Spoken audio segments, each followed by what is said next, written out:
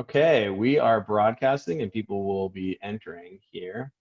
So what's your favorite place to go fishing then in Minnesota? Right in my backyard. I live off the Mississippi. Really? Yep. So about 9 p.m. we can go catfishing down there, and you'll catch a big one. You'd never want to. We throw it back, but it's really fun and it's pretty. So about You can walk to it? there's a dock in my backyard. We just walk down to the dock and cast right from there. We don't have to get in a boat or anything. That that is amazing. That's Yeah, so cool. yeah. I'm Um, an hour south actually of Gull Lake. oh, okay. Yeah. Yeah. I'm not in Yeah. Minneapolis. I'm out in the boonies. Yeah, one of my account executives right now is so he lives in Oakland, but he went home to Jackson to and so Jackson, Wyoming, and so he's been dropping into like our team Slack channel all the pictures of the rainbow trout that he's caught and whatnot. He's really enjoying it because he's like a really outgoing person, and so the kind of the work from home and the quarantining stuff is really kind of been weighing on him.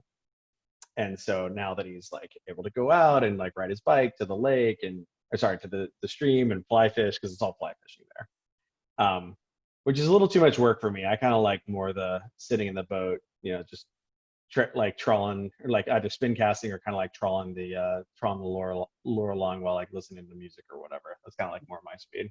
I get it. I get it. My daughter was here 2 weeks ago, and she's down there, and she's calling me saying we have a catfish on and we can't get it off.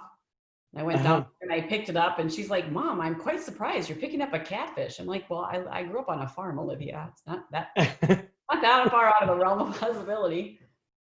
It was really fun. That's awesome. All right, well, let's go ahead and get started here. Let me just go ahead and chat into the chat room. Hey, folks, go ahead and drop your questions for Tammy and me in here, and we'll kind of get started. So thanks everyone for joining us for another sales strategy office hours. We have a super awesome guest here today, Tammy Sexton from LaunchDarkly, VP of Enterprise Sales. More about her in a hot second here. But a little bit of background on sales strategy office hours. This is something that kind of came out of the result of the fact that I end up having conversations with various sales leaders, sales operation people about like what their challenges are, what have you. And kind of putting our heads together. And one of the thoughts I had was, well, wouldn't it be great if we could potentially do this in a public venue such that other people who have those problems could benefit from the answers and kind of like the learning as well. And so sales strategy office hours were kind of born from that. Done about about a dozen or so right now. The format is we're going to tackle about 5 to 8 questions over the coming hour or so. So just go ahead and drop your questions in the chat room, and we'll have and Tammy and I will tackle them. And so our guest today is Tammy Sexton here from LaunchDarkly. Tammy, I'll go ahead and let you introduce yourself and LaunchDarkly and kind of the places where you've been a sales leader before. Sure. So I'm VP of Enterprise Sales. LaunchDarkly is a feature flag management platform. So think feature flags as a service. So we basically sell to application engineers. Anybody that writes software is a potential customer. The segment that my organization has responsibility for is 5,000 people and above.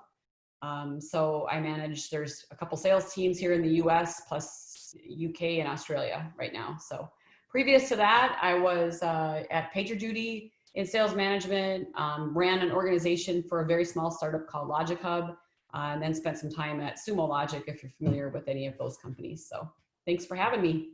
Totally. And you were at PTC way back in the day, right? Do I recall correctly? That was my first sales job, actually. I sold a printer, it was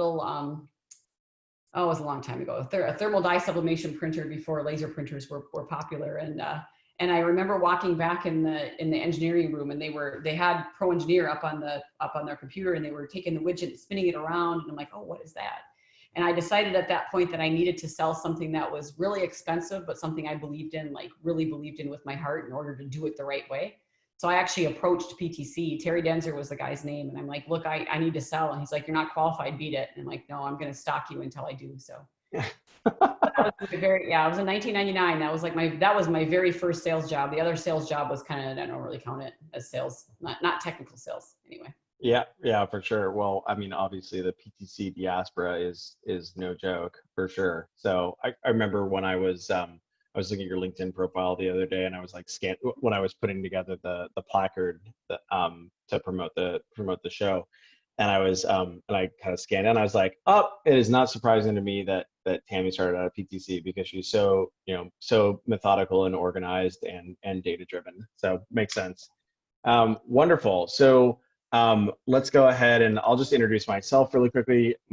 For folks that don't know, my name is Pete Kazanji. I'm the founder of Atrium. We make sales performance analysis software that continuously monitors dozens and dozens and dozens of KPIs for account executives, SDRs, AM, CSMs, et cetera. It's kind of like a robot army of sales operations analysts, just paying attention to metrics and bubbling them up to managers and leaders and sales operations folks.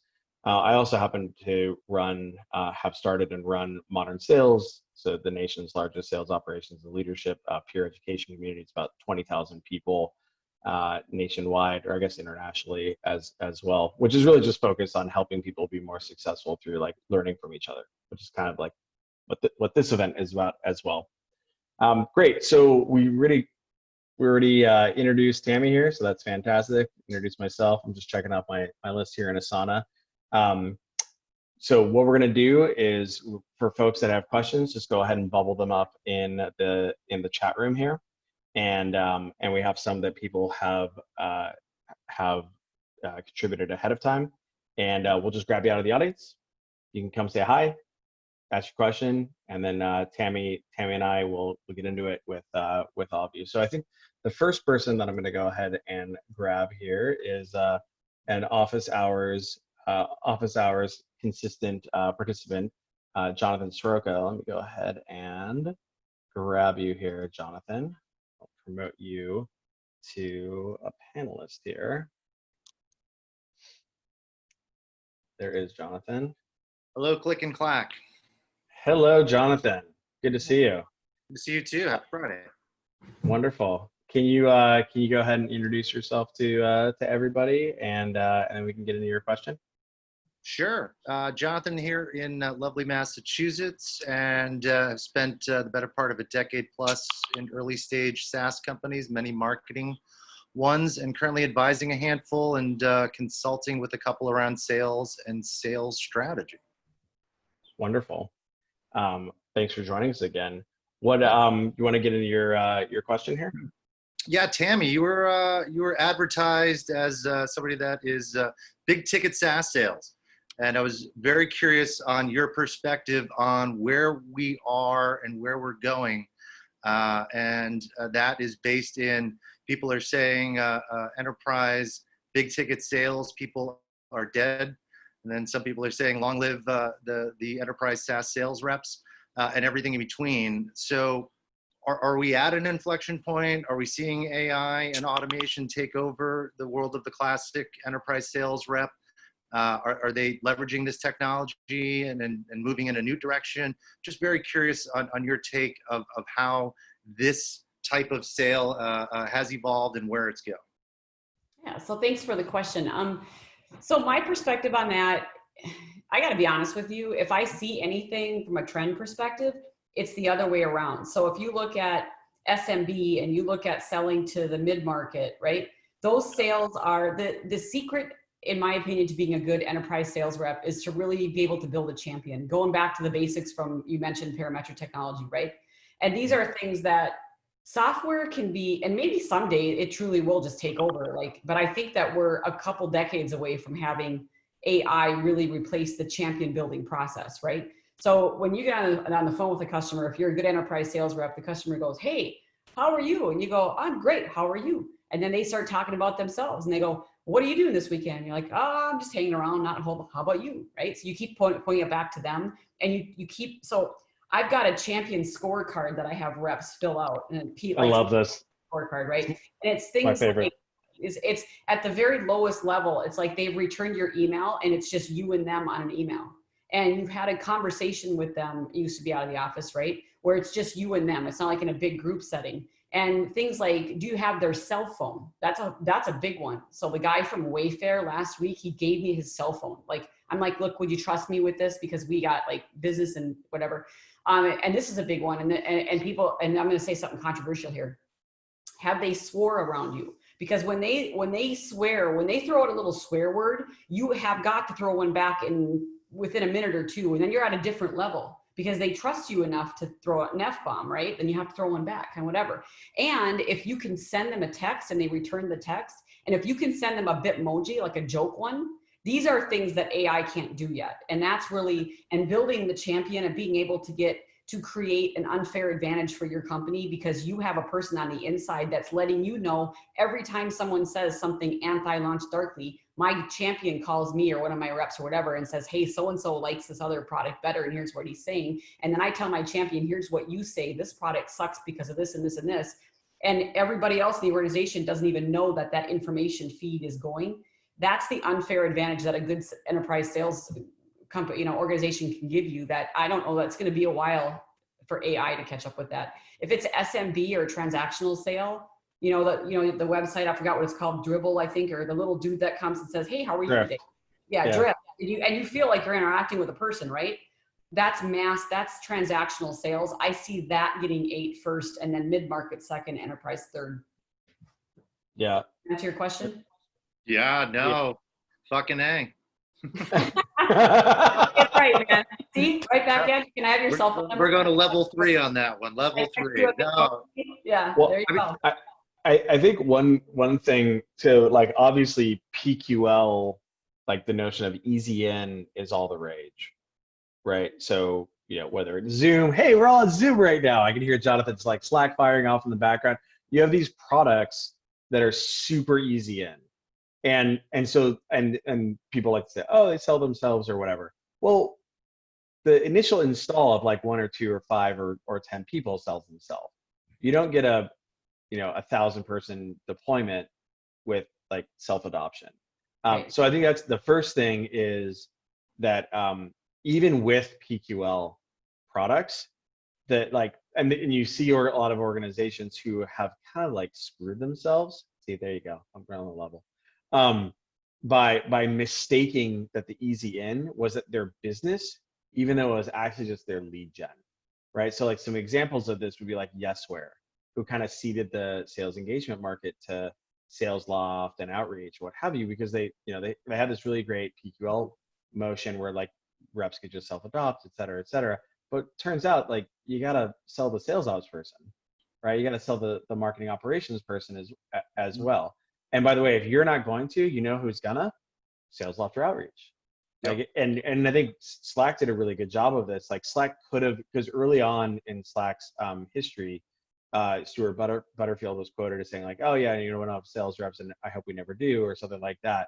And I think what happened was like his board got him in a headlock. We're like, noogies, right? Because if they had done that, who would have, like, already Microsoft Teams is a massive business for Microsoft, because you know who was going and talking to the CIO and doing exactly what Tammy was talking about? Those Microsoft reps, right? Yep. So I think even for PQL, yeah, like they were texting, the CIO was texting their Microsoft rep, right? Bitmoji texting. Sending Bitmojis. Adds 5 to your champion score if you know their pet's name too, by the way. Yeah. There you go, pet. Right. So I think there's that.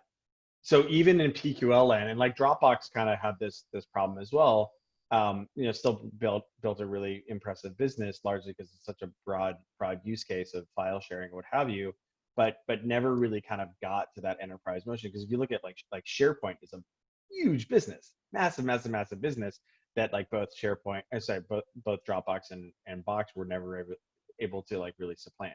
Then you got a second category of software where it's like, congratulations, like you can't deploy feature flags just like easy it, right? Like permissionlessly, like, hey, you know what? Hey, Tammy, let's just like throw some feature flags on production just for shits.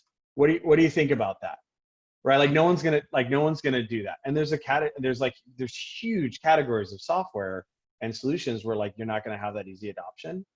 And like that's where it takes the like serious top-down sale where you're doing exactly what Tammy's talking about. I love how Tammy has taken like Medic and then like done it on a per contact basis, right? Because like Medic scoring is obviously on an opportunity basis. Well, then you like break that apart on like per contact basis, your scoring. So I'm super dubious, like, but where software will be helpful is making it such that, you know, fancy enterprise reps who are really good at remembering pet names and like, you know, strategic cursing and things like that don't have to spend their time doing a bunch of other bullshit, and they can spend more of their time doing exactly those things. So I'm pretty dubious on people who are like, oh yeah, enterprise sales is going away. It's a fraught narrative there. Cool, Jonathan. Anything to add before we move on? No, I'm 100% in line with what both of you are saying, and in my conversations with founders, it's if you're going to hire one enterprise salesperson to do this, or looking at a team, there's a cost associated with it, but the value of it is doing it right and getting, whether you're coming in free and growing it, or you're coming in and you're trying to sell a Maserati up front. Somebody needs to be, you know, explaining why they want that car, and they need to know that Trish, you know, needs to know how the fish are biting in her lake to do it. It's all part of that process. So figure out how to make the investment in it, figure out how technology can support it, but don't walk away from it. So the validation was perfect. Thank you. Yeah, wonderful. Good to see you, Jonathan. You have a good weekend. Okay. Too. Thank you. Yeah. Bye. You know who's like always the worst at that stuff is Tammy was giving me a hard time about you know, being a software founder earlier, and it's always just like the engineering founders who just don't get it, and I think it's because they have misconceptions of what sales is actually about. So Tammy's the founder of LaunchDarkly, who's you know, Tammy's upline boss, Edith Harbaugh, is like the opposite. Like she totally gets it, and early on really got her hands dirty around how important sales was and is. And so like I think you would never hear something like that coming out of Edith's mouth. And I think a lot of that kind of like perception comes from people who maybe have like a little bit of like fear / jealousy of like, well, I can't just like go into a bar and talk to whoever. That it must not be valuable, what have you. All right, let's go ahead and we've got another question here from Ned. Let me go ahead and grab you here, Ned.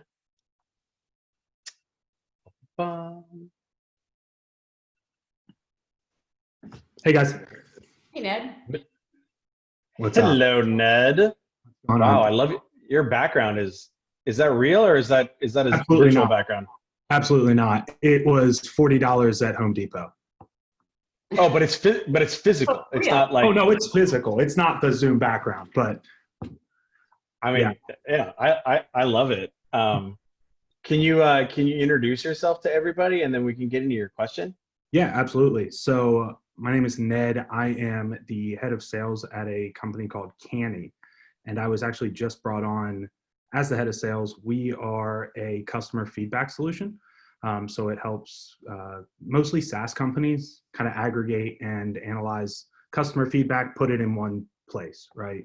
And they've bootstrapped themselves over the past 3 years to, I think, just over 800,000 in annual recurring revenue.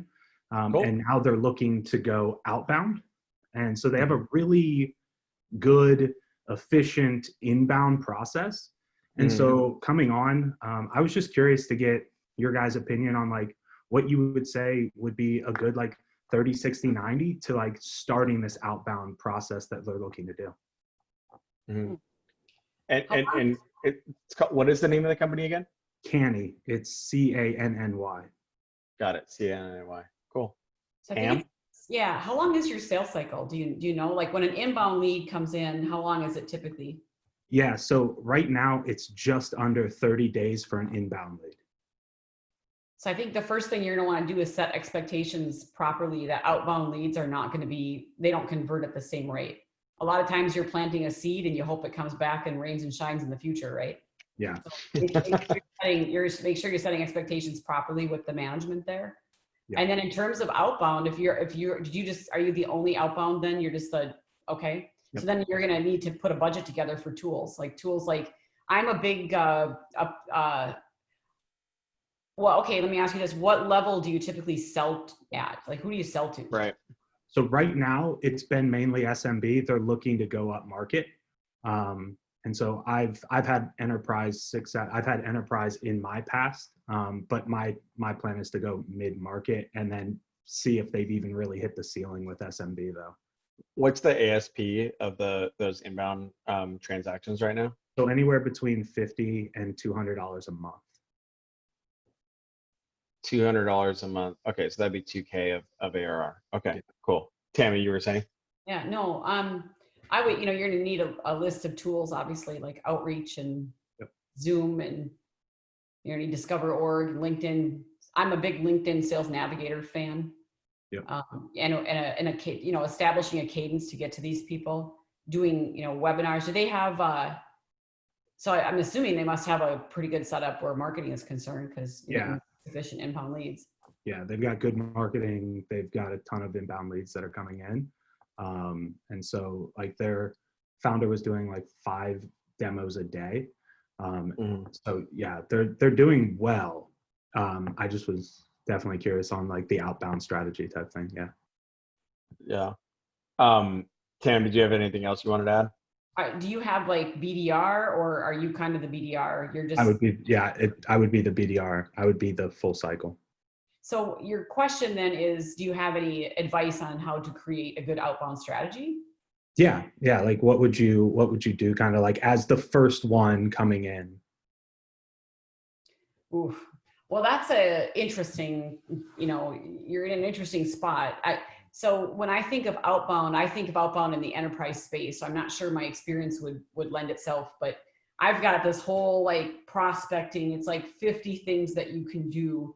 Like, cause everybody drops everybody in an outreach sequence and they call it a day, but outreach sequences don't work because everybody drops people in outreach and right. So not to do that because everybody does that. So like, but see what I sell and the ASP is quite a bit different. So I've even going to the point where, so this is Toggle. Toggle is like our mascot. I don't know what you want to call them, but this is like and this is the head of somebody that is going to take a meeting with me no matter what. I'm at the VP level. I still take 5 C-level people every quarter and prospect into them because I don't want to lose my prospecting skills. So I think and there's also for, in India, there's a place, and I can send everybody the link if you want, but I actually took the head of somebody out of LinkedIn and I sent it to an artist in India for $35. He draws like a bobblehead on a toggle body. And then when I sent him an email, I sent him the picture in the email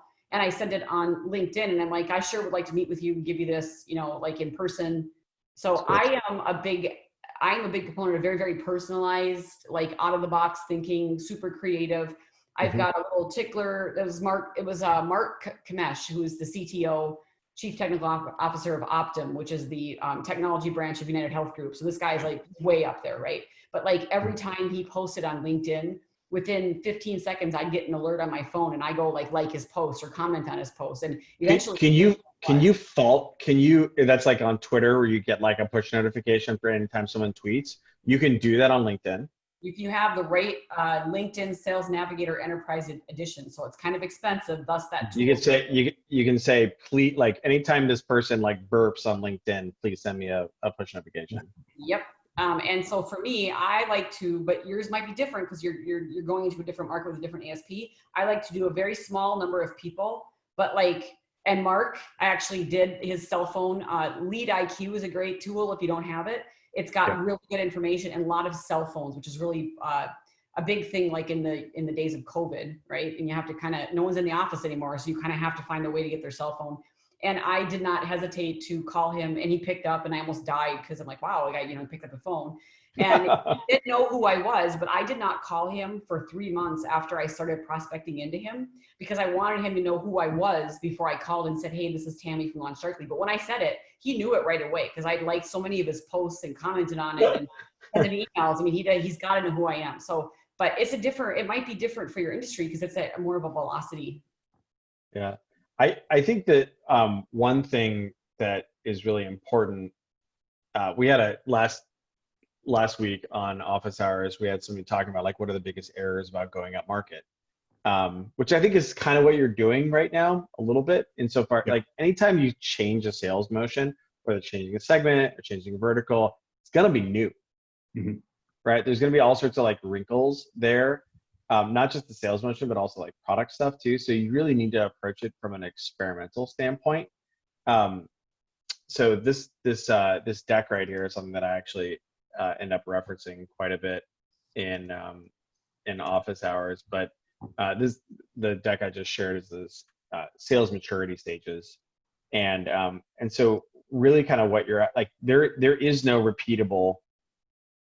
There is, like right now, you don't have a repeatable outbound motion at all, right? And that's okay. Like that's your job. And so there's essentially steps. Like we know, so the good news is we know that Canny solves a problem. We know that it works because there's people who buy it and they don't churn and what have you. And so what you're doing now is you're at this point where, you know, will someone pay in and out for an outbound op? Well, many people. And so what you're doing is you're kind of running this experiment right now. So I think that so that like one thing is that's a way to think about this, right? It's like you're concocting this new sales motion. So then the question would be like, okay, well, how can we go about concocting the sales motion? And so I think there's potentially a couple of different routes there. One question I would have is when people, the inbound leads that you guys have that turn into customers, is there more opportunity in those accounts, or when somebody who comes in and they transact, have they satisfied all the demand in that account? Do you know what I mean when I say that? Like, do you have a sense on what that is? Yeah, basically you're saying, is there like any other thing that we could sell to them in a sense? Or can they buy? Is there upsell? Yeah. Are there other like business units? It's like the Zoom thing, right? Like somebody like a team buys Zoom or a team buys Slack or whatever. So what's the deal there? So at the moment, no. Got it. So buy it or they don't buy it. Yeah. So there's no, they've obviously got like free trial, like they've got a freemium, but there's not like if they actually put their credit card down, then yeah, that's the sort of the end.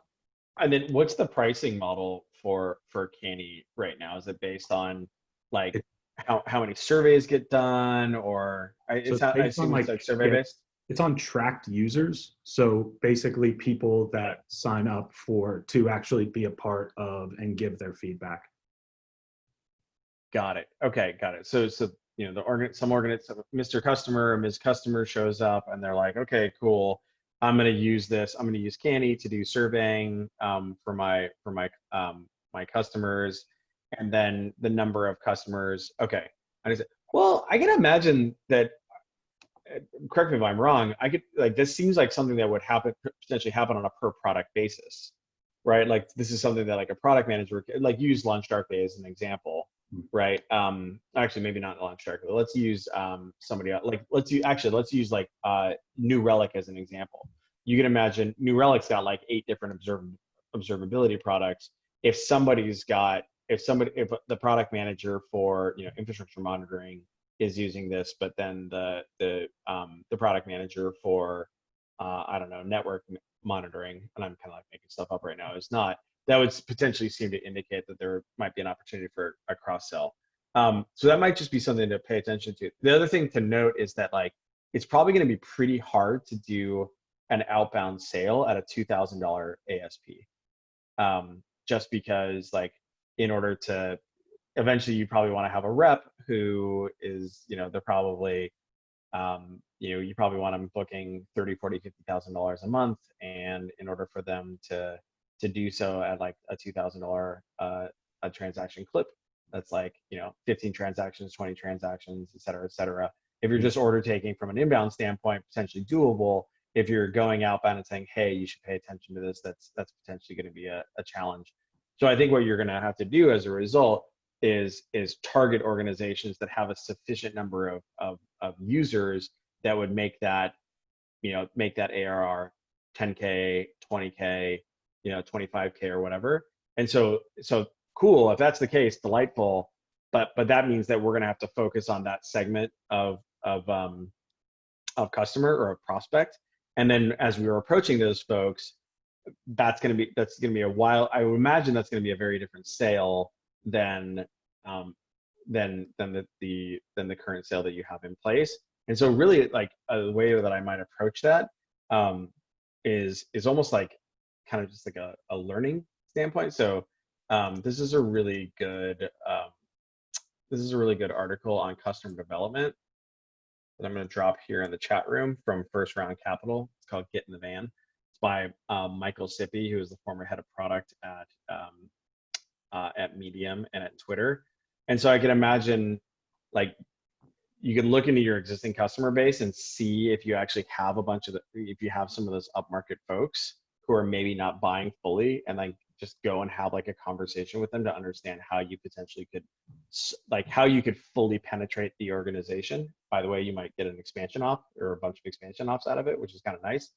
And then now you will have informed yourself as to, okay, how do I enter these other organizations? And what you might find is that an outbound motion might not be tenable, right? Like Intercom got to 30 or 40 or $1 million in ARR just being purely inbound driven, and now they're starting to go more outbound into big enterprise accounts. But like, there's a bunch of product requirements that come from that as well. So anyway, in summation, I think, be approaching this from an experiment standpoint. In fact, you're kind of in a weird situation where you're a sales leader, but you're kind of like you're product managing this new emergent sales motion, and so you should definitely approach it as such. Cool. Yeah, no, I like that a lot. Thanks, guys. Yeah, you bet. Have a good rest of your weekend. Yeah, you guys do the same. Bye. Ooh, that is a spicy meatball for sure. Outbound on a 2K ASP. Yeah. Wonderful. Who did we have next? Ooh, I like this one right here. Nelson's got a really good question here. Where did you go? Hunting and farming. Let's go ahead and grab you, Read that one. Nelson.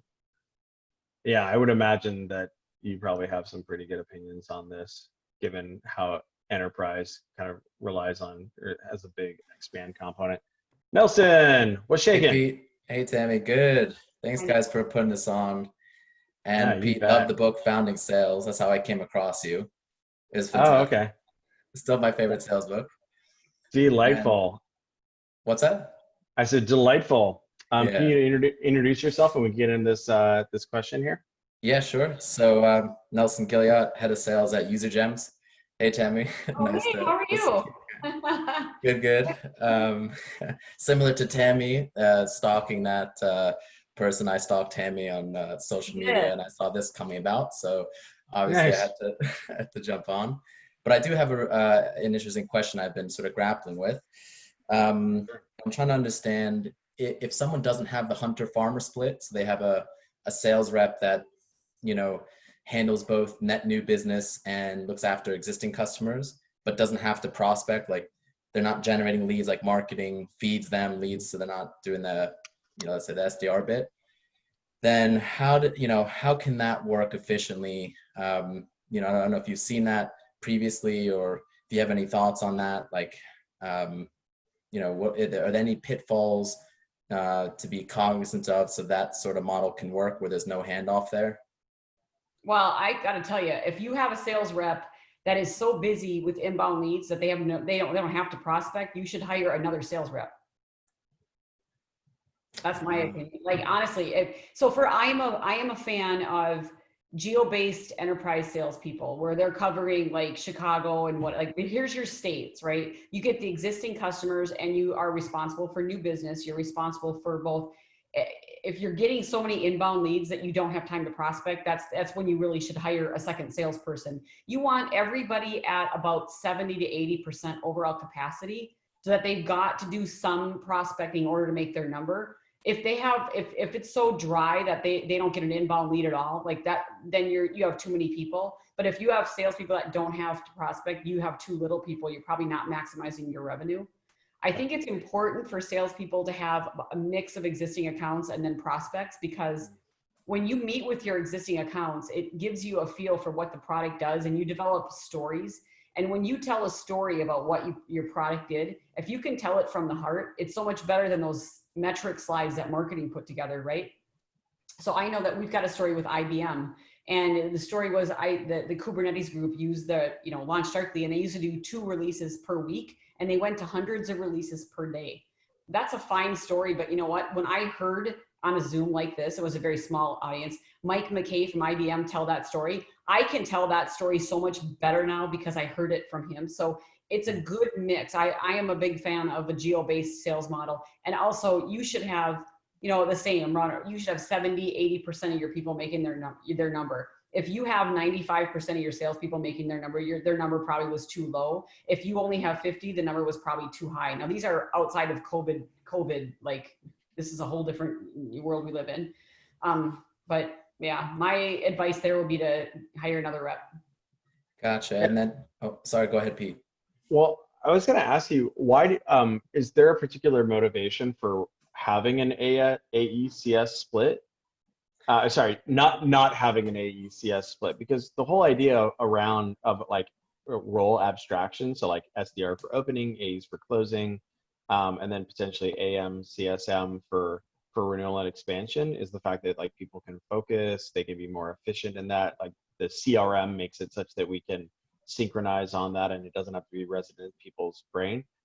Is there a particular strategy for why you don't have AECS abstraction? Yeah, so it's something that I'm trying to wrap my head around as a B2B sales model. This hunter-farmer split that has come about maybe the past 10, 20 years, and that sort of seems to be the status quo nowadays. And I think maybe Tammy sort of touched upon it, where if you're looking after existing business and then you're also hitting up new business, that you can leverage like the fact that your learnings from existing customers and what they want and what they expect and what makes them happy as you're hitting up new business, and maybe you sort of this well-rounded salesperson. So that's something also, maybe if your general 2 cents on the hunter farmer split would be cool. If there's time for that, that might be interesting.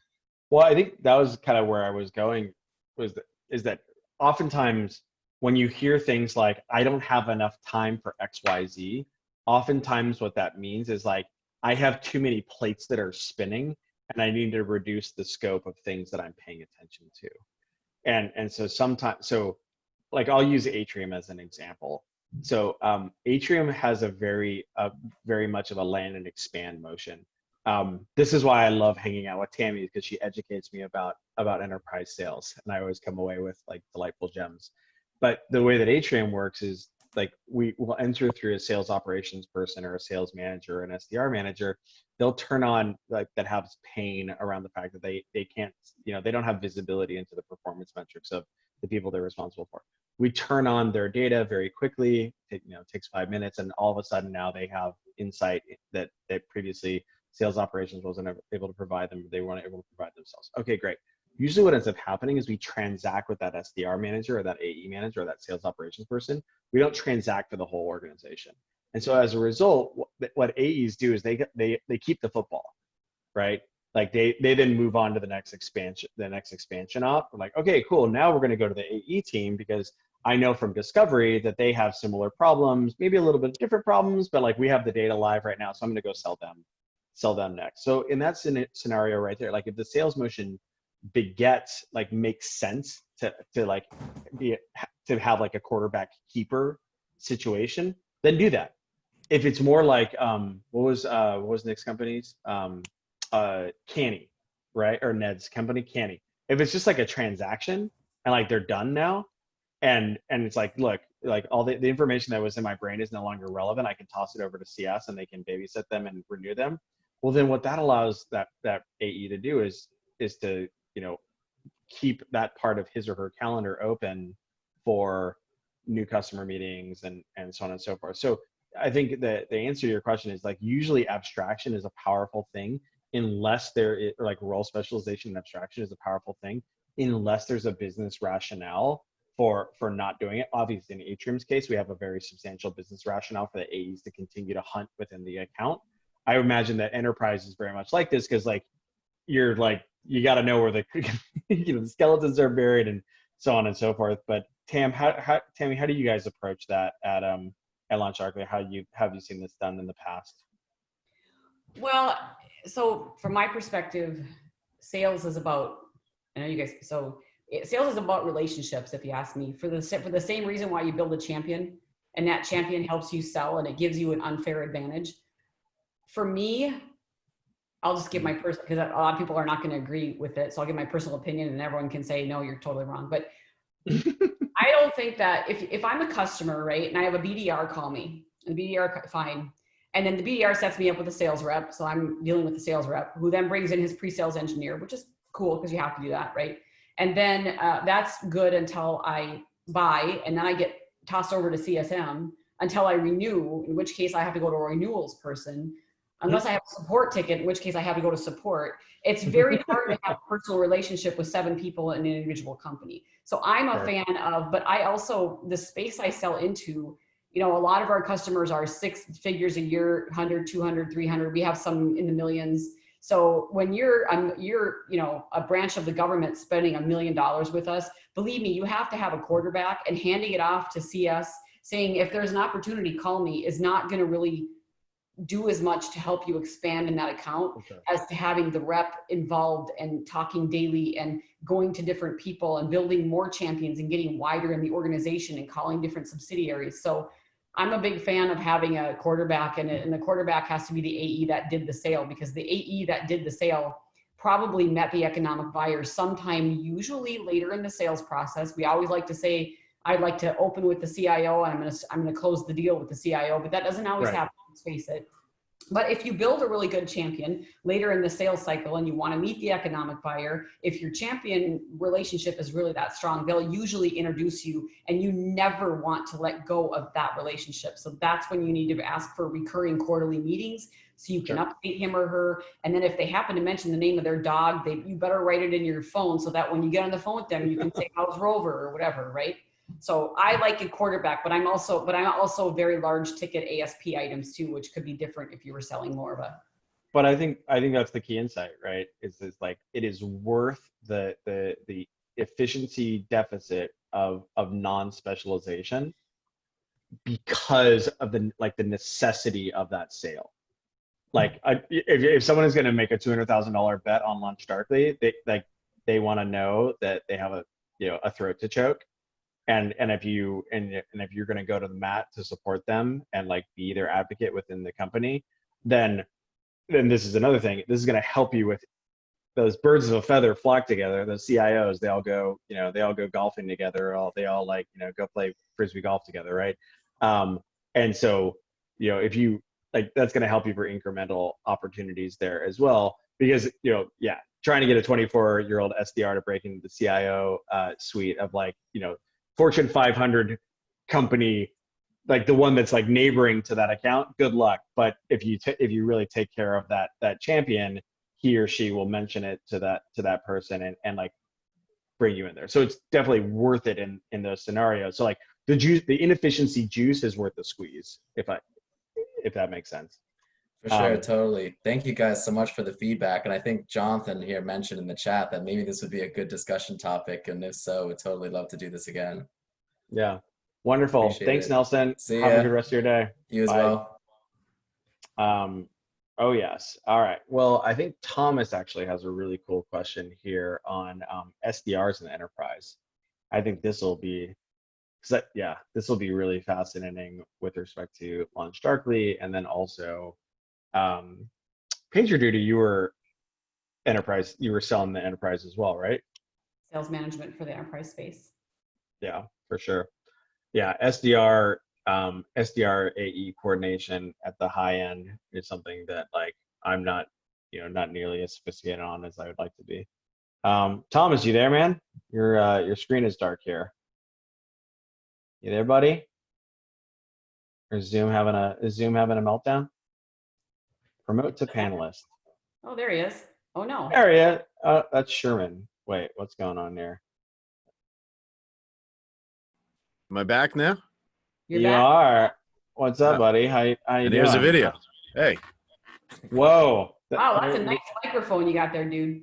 Oh, yeah. How about that? No joke. Thomas, can you introduce yourself and we can get into your question, please? Sure. Yeah. Thanks for, I guess picking on me, so to say. I'm Picking on you. Yeah, it's good for a Friday afternoon. So I'm SVP of sales for the healthcare division at Global Data. So we're a market intelligence firm. Oh, wonderful. Build into that. So, I mean, we sell to everything from small, medium, mid markets up to through the enterprise. But my question was just curious on thoughts on, I guess, SDRs in the enterprise, because I think from an economical standpoint, and it depends on ASPs, right? Like, so if you're doing something where it's 1,000, 2,000 ARR, I mean, how many people are you going to have involved in a deal, right? Yeah, right. Yep. But- Doesn't pencil out. Yeah, but I guess my curiosity with the enterprise role is almost in addition to SDRs. A lot of people are talking about pods now. So having, I guess you could look at sales engineers or other people in. So I'm just curious, I guess, thoughts on it and what you've seen as best practices. So I'm a big fan of pods, and a pod, just for clarification, my understanding, and Thomas, correct me if this isn't what you meant, but you have an AE, a BDR, and an SE, and you're all on the team. Yeah. Okay. So you So you have got people that have their roles for the Yep. account. So all these three people, you have the state of Illinois, you got Chicago, whatever, these three. And here's why I like it. If you get a good SE, AE combination and BDR combination, you can almost finish each other's sentences. Like the SE and the AE on the call, right? And the SE will say something and the customer will say, is the GUI purple color? And the SE wants to jump in and explain why it's not. And the AE goes, what are you looking for in a purple GUI? Like, explain more. And they know that they're going to feed off of each other and do that. I think that there's a lot of value in having a really close, tight-knit relationship with SEs and AEs. And so I am a fan of one-to-one. With all that being said, though, from a sales efficiency perspective, when you're new or you're trying to deliver a certain sales efficiency number to your board, you can't always have a one-to-one ratio. So pods are one-to-one. If your sales are a couple $100,000 to start and they're, always 7-figure deals, and each sales rep has 2, 3, 4 customers for $2 million in ASP, that would be a perfect model. The more of a commodity I wouldn't say commodity, the smaller your land deals become, the less, that ratio, right? So like at LaunchDarkly, we used to have a 3-to-1 AE to BDR. So it was 3 AEs to each. Yeah, each BDR supported 3 AEs. We recently, and I was a fan of this, went 2-to-1. From a sales efficiency perspective, I don't know that we can go 1-to-1. I think we would, because the sales reps, the sales cycles are 6 months. So how many discovery calls can they set up? And again, I'm also a fan of the sales reps. They give their SDRs every quarter, 25 to 50 accounts, and they like go crazy. But then I ask my sales reps, put together your list of your top 10, you find 2 or 3 contacts, and I don't want 20. I want the CTO and the VP of engineering, but don't go for like 500 people in the software organization. And then you stalk them until you get an answer. And we kind of gamify it a little bit. Yeah. So like you have 30 people that you're stalking, and whether you get a no or a yes, you get points if you get an answer. So hopefully they don't tell you to buzz off, but they have got to tell you something. Like you're going to stop, and you, by the end of the quarter, by the end of the 3 months, you're literally telling them, if you just tell me to buzz off, I actually will. I thought feature flags would be great for you, but if I'm being a pain in the ass, you just let me know. And you'd be surprised how many of them respond and go, okay, I'll take 30 minutes. Like even when you, but then the SDR, they do the more of the velocity, the velocity prospecting, where they're prospecting to a lot of people. If you're prospecting to a lot of people, you've got to find one with really evident pain that will respond. When you're prospecting and your list is of 30 and they're all C-level people and you're prospecting, you know what? You can say, have you thought of this? Do you realize how much of a pain this is? They're not going to convert as often, but they'll convert eventually, and you'll have a high level sale. It'll be great. So I wish I could do pods at LaunchDarkly. We don't have the head count for it, and I don't think it would be the most efficient use of our time. Yeah. So how do you do it then? So you said it was three BDRs to an AE, or We have opposite, one BDR to, okay. We have two. So one BDR supports 2 AEs. Yeah. Our SEs are the same way. They used to be 3 to 1. And when I got there, and I'm like, if you guys think this is this much of a commodity sale that you can do it this way, you're smoking crack, because these guys need more SE help. It's a very technical audience. We need, right? So we're ratcheting it up, but PagerDuty, it was even, I think it was 3 to 1. And then I thought SEs at one point at PagerDuty was even 4 to 1, because PagerDuty is not that technical of a product. Like the salespeople could demo it. It's paging software. It's not that technical. LaunchDarkly, you're selling to software engineers. It's significantly more technical. Sumo Logic, someplace in between. Yeah. So I think a couple ways you can do this is like the benefit of of shared like persistent relationships and learning and queuing off each other is obviously a really big thing. You can do it where you have an SDR who's responsible for 2 AEs. Like what you can do is you can create a pod where it's 1 SDR plus 1 SE supporting 2 AEs, for instance, right? Because the whole idea here is, I think what Tammy was kind of talking about earlier, is like sharing the brain, right? We're like, you're like, well, you got the Vulcan mind meld going on.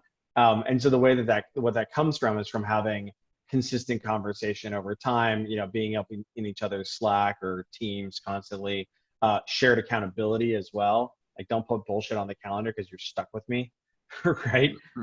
Going like all those sort of things. So Jamie Cronick, who runs sales development at Iterable, was on Office Hours a few weeks ago, and she talked about this as well. So they actually have, in the enterprise segment of their strategic segment, they do what Tammy's talking about, right? They have persistent relationships over time. At the mid-market, they don't. It's more just kind of like, like round robin and what have you. And so what's kind of cool about that is that the enterprise reps or the strategic reps can say kind of what Tammy was talking about. They can say, hey, Mr. SDR, Ms. SDR, can you help me with these 20 contacts right here, or these 20 accounts right here? And then like the AE is kind of acting not as like a manager, but like a little bit of like a dotted line, kind of manager there, like because they have a shared Google sheet that there are the accounts in there and the contacts in there, and then they have like a weekly half-hour meeting where they're just like, all right, cool, what'd you do? So that can actually be really helpful. The other thing that it can be helpful with as well is this the notion of the SDR jumping ahead as the AE is working on a given op from an expansion standpoint. And I think that global data, you mentioned that you guys have multiple products and what have you. So I wonder if that's something where like you have an initial transaction, the SDR can be like running ahead of trying to find like stakeholders in the other part of the organization, even if it's just like sniffing them out on LinkedIn or what have you, in order to then create that incremental expansion op. And that's where that can be really helpful as well for podding. Yeah. Anything else, Thomas? That's really good. I mean, from our side, we use that where they'll run and they'll at least bring the other decision makers to the table. So you start building out the unit. But I guess just one last thing on that. So who are they reporting to though? So the SEs or the SDR. So it sounds like you said like it's kind of dotted to the AE where they're almost like a project manager maybe of like the territory, but are there like sales development leaders or? Well, the way we had it, so I worked for a company a long time ago called 1E, and we had pods, and it was great. But the AEs did report to a sales manager, and the SEs reported to an SE manager. So they all had different managers. But within the pod, it was kind of the unwritten rule that the AE was kind of the leader of the pod, because they were responsible for the number, and then more of their salary was variable than anybody else's. So like they kind of dictated what was going to happen. For sure, that's like pretty standard. Tom, great to see you. Have a great weekend. Okay. Yep, you too. Take care. Thanks, guys. Oh, I am going to jump to Alan here because I think he's got a really great question to ask you specifically, I do Tammy. have a hard stop in 5 minutes, so. All right, well, this is going to be the last one. We'll be quick. Tammy's Cool. got to jump on a call with a CIO and close their face off. So are you buying? Yeah, you gonna buy? Let's be honest with me. Are you going to buy? You won't hurt my feelings. Alan, what's up? Hey, how's it going, Pete? Hey, hi, how are you? Hi, Tammy. Nice to meet you. I'm doing well. How are you? Good. All right, we got to be quick here because Tammy's Yep. got to go close this massive deal right now. There we go. I got a thing with Bukhar in 4 minutes too, so he says hi. Anyway, yeah. So just I think there was just kind of the one thing, right? What's one thing you've done that you feel no one else is doing to reach the levels that you have in your career? Oh boy. What is the one Tammy, thing? Tammy, how did you get to such stellar heights of sales leadership acumen? I am a big believer in continuous improvement. So get Audible on your phone. I'm constantly reading about inner leadership books. Jocko Willemick wrote, no, I can't even think of it. I can give you a list of books. Extreme Ownership. Extreme Ownership. I'm like, why can't I think? And I was going to go to his seminar, but it got canceled because of COVID. Now I'm going to one in like January. Anyway, those books are huge. I mean, and I can't even stress the amount. Two things: read books. The other thing is take feedback and internalize it. I just had a manager that could not take feedback. Like, and it's so important when somebody says, one of my best sales reps talks too much. And so I've been going into his chorus calls, and like at the beginning of the call, when the customer goes, "Hey, how are you?" and he goes on and on and on and on and on. And then by the time that everybody joins, like the demo starts, the customer, who he could have easily said, "I'm great, how are you?" and got the customer to talk, you're back to, oh, now everyone's starting, you have to start the demo. The other thing is, and I will tell you this little piece of advice, in your phone, when you meet with someone, when you find out anything about them that's personal, they have a 19-year-old daughter, they have a 21-year-old, their wife's name is Julie, you write it in their card, and before you meet with them, and this goes not just for customers, this goes also for internal relationships where you work. Every time you meet someone new, you write down, like, I don't know, whatever you want, whatever you learned about them, and just briefly like get it in your brain. So next time you meet them, you go, "Oh, how's Rover?" or "I like your hair." Like, get people to talk about, people like to talk about themselves. So if you get people around you to talk about themselves constantly and you read these leadership books, you'll be fine. I love that. Yeah. Love it. When I was helping one of my reps sell to Tammy at LaunchDarkly, we sent her a copy of Cracking the Sales Management Code, and which is one of the things that we were a big fan of sending to people. But she was like, no, dude, I'm an Audible person. I listen to them on my treadmill. I was like, cool. There's a coupon code in your inbox. There you go. And my other favorite book, Never Split the Difference. Favor. You love that. You love that book? Oh, I'm rereading it. Yeah, on Audible. Yes, and Power of Habit. That's another good one. Like, okay. Really awesome book. Never Split the Difference. So read your books. I know it's boring, but put them on in your car. I'd rather listen to music and sing too, but nobody wants to hear that. Trust me. Okay, No, Tammy. Well, thank you for joining us and sharing all your expertise with everybody. Go get the signature. Okay. I will. Thanks, guys. Have a good one. Okay. Enjoy your week. Bye. And then everyone, thanks for joining us. Obviously super awesome. This is recorded. It's going to be up on YouTube here in a second. You can share it with other people in your organization. Next week, we have a really fantastic guest as well, Owen Rubin, who leads sales development at Amplitude. He's super fantastic as well. But otherwise, thanks for joining us again. Alan, good to see you, man. And everyone have a great weekend. Okay. Take care. Bye.